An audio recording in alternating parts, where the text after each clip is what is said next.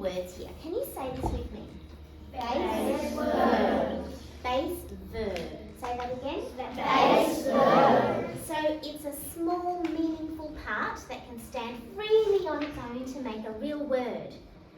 And it's a happening word. It's something that's like an action, like jump, or stop, or run. So we're going to learn about those words, but we're going to turn them into verbs that have happened in the past, words that have happened in the past. So when we do that, we need to add a suffix to the end of those words. And that suffix is made up of 2 letters, ed.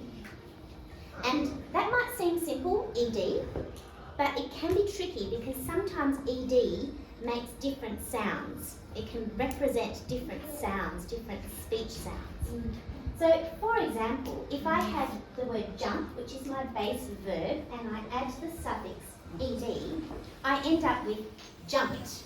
So let's just hear the sound in the word jumped. Ready? Jump. Up. Repeat with me. Ready? Up. What could you hear at the end? But we use ed. So sometimes when we say a word like jumped, you might hear it at the end. And if you do, it's still going to be ed. But it doesn't always make it sound. It can vary. It can make some different sounds. We'll explore that a little bit now. So I'm going to start with a few words. And these words have certain features. I'm going to read this to you. It says, if the base verb, so here are some base verbs. If the base verb ends with a short vowel graph, which is a letter, plus consonant graph, or letter, we need to double the final consonant and then add the suffix ed. So I've got some examples here. Let's go through them one at a time. So the first word is grab. Let's hear the sounds in the word grab. Ready? What's the vowel sounds that you can hear in grab? Grab. You can hear the a. It is a short vowel, isn't it? So that's the short vowel with one letter, okay? The letter A. And then after that, what do you hear? So we have a short vowel followed by a single consonant letter. Watch what I have to do. I have to do something special to those words. If there is a short vowel, single letter, consonant, I need to double that consonant letter. Can you see the 2 B's? And then I have to add ed. And that's the word grabbed. Grabbed. And what can you hear at the end of the word grabbed? What sound can you hear? D. So it's not t, it's d. I am using my voice. D. Can you do this? D. D. Sometimes I need to use my voice to make that sound. But now that you know what I mean by a base verb, so it's a small, meaningful part, it's a meaningful word. I can't make it smaller because if I take letters away, it won't be a word. And it's an action word. It tells you that something is happening. And then if I add ed, what does it do to the word? It tells us that It's happened. yes, something has happened in the past. I'm going to read a sentence from my favourite book. And I want you to listen to some words that are verbs with the ed suffix at the end that tell us that something that has happened in the past. Listen carefully and tell me if you can notice some past tense verbs.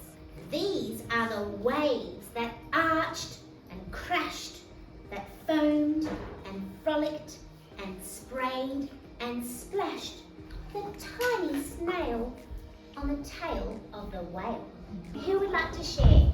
Yes. Sprayed. Another word. Crashed. Thumbs up if you heard crashed. Another one. Frolic. Frolicked. You heard frolicked too, didn't you? And another one? Arched.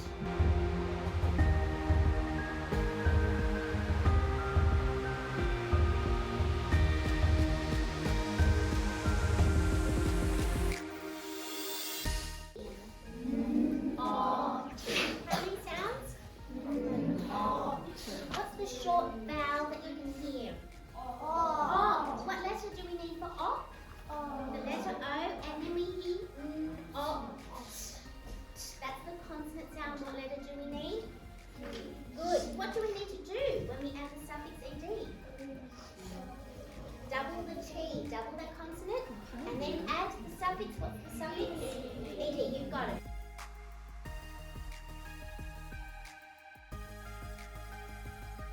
We've gone through some of these together, like dropping the E and then adding the suffix ED.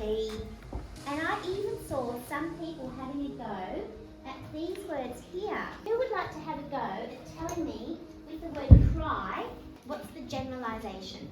Would you like to have a go? Take the Y away, replace it with the letter I, and then add the suffix ED.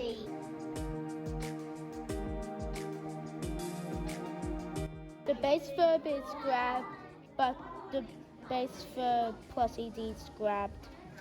Use in the future tenses, I will grab a pack of lollies, but the past tenses, I grabbed a pack of lollies.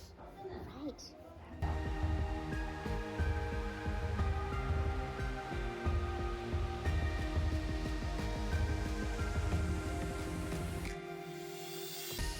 Some of these sentences are versions that I've borrowed from my favourite book, The Snail and the Whale.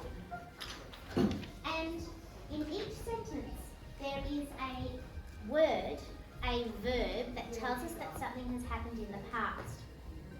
So if I read the first sentence, it says, the sea snail slithered all over the rock.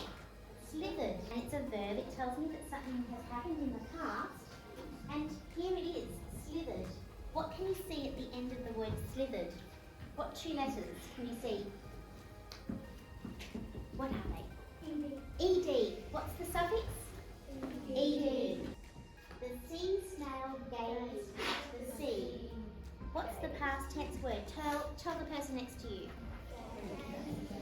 This is the sea that carried the whale. The next one. Ready?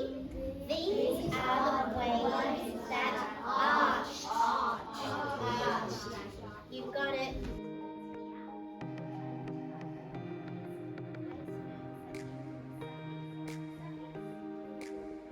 You see the ED in all of those verbs that we identified? They're in yellow there. There they are.